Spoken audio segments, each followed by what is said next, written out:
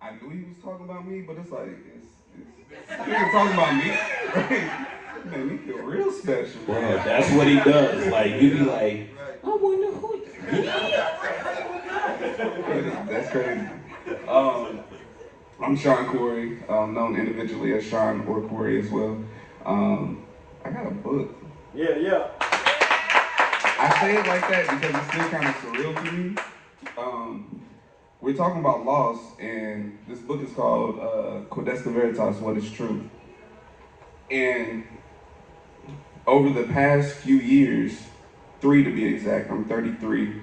When I went into my 30th year of life, I called it my Yeshua years. Jesus was 30 when he started his journey or whatever, right? So that was like my journey to like real truth. Like I left the church that I was going to, and I wanted to discover who God was for myself, right? So we're talking about loss, right? There was, over this past year, I had to really examine what loss was.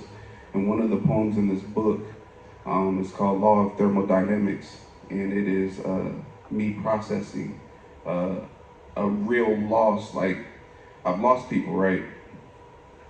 I lost my grandma, I lost my great-grandmother, my great-grandfather, things like that. This loss was closer to me. It was somebody that I grew up with, and it really hit me different, and I had to really deal with grief in a totally different way. So I'm not a good storyteller, but I am a good poet.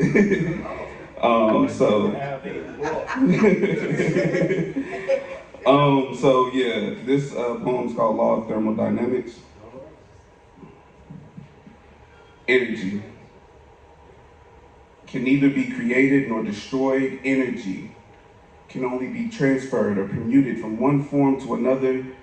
The dynamics of this logic has me intrigued. Forced to balance the properties that reside in this system of eternal energy. Comfort is what sits with me. As I contemplate this concept, the current that is flowing through this vessel, it has no quill.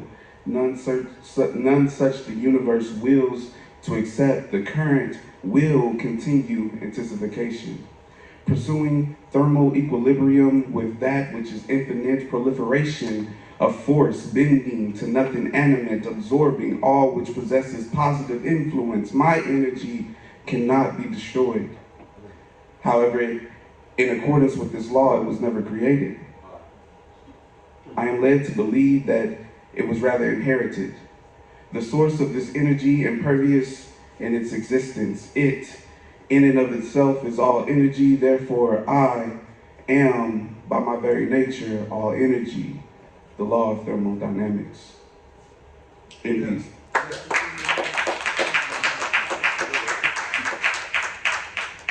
So a part of this journey was also finding my voice and finding what silenced me in many ways. So I just want to do one more piece. Is that all right? Yeah.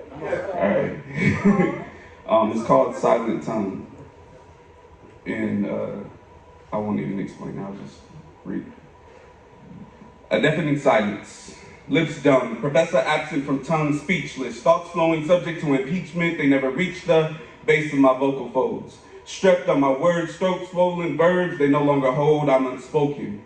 Fearing saliva will slip past my tonsils, forcing me to swallow. Lymph nodes now aggro, agitated. Endeavored verbal communication not comprehended. All oral sound apprehended. Silence of my tongue. Vocal cords suicidal. Hum. My words refuse paint to my masterpiece. The light never sees my Mona Lisa. The architecture of my Vitruvius is reduced to rubble. My Van Gogh has no release. I remain in asylum. My irises no one sees. My Guernica has no protest to these war planes. There is no Picasso. And my casa, no my castle. My tongue, it has no Bahasa, meaning it is lassoed, hog-tied, confined to spitting swine, regurgitating chitlins and pig's feet. The main course of defeat, slave food, now my speech. Tongue so empty, I might as well be quoting Shakespeare to the deaf. Tongue so empty, I might as well be conversing in sign language to the blind. My words have no depth, as shallow as the gasp of an asthmatic. As shallow as the breasts of a gas. Ooh, sorry. Rewind.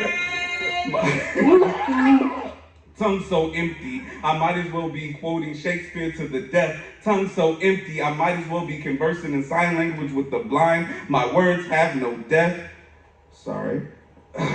As shallow as the gas of an asthmatic, my words have no breath. Inhale, exhale, trying to breathe. Unleash these thoughts, but my words are absent without leave. AWOL, lost.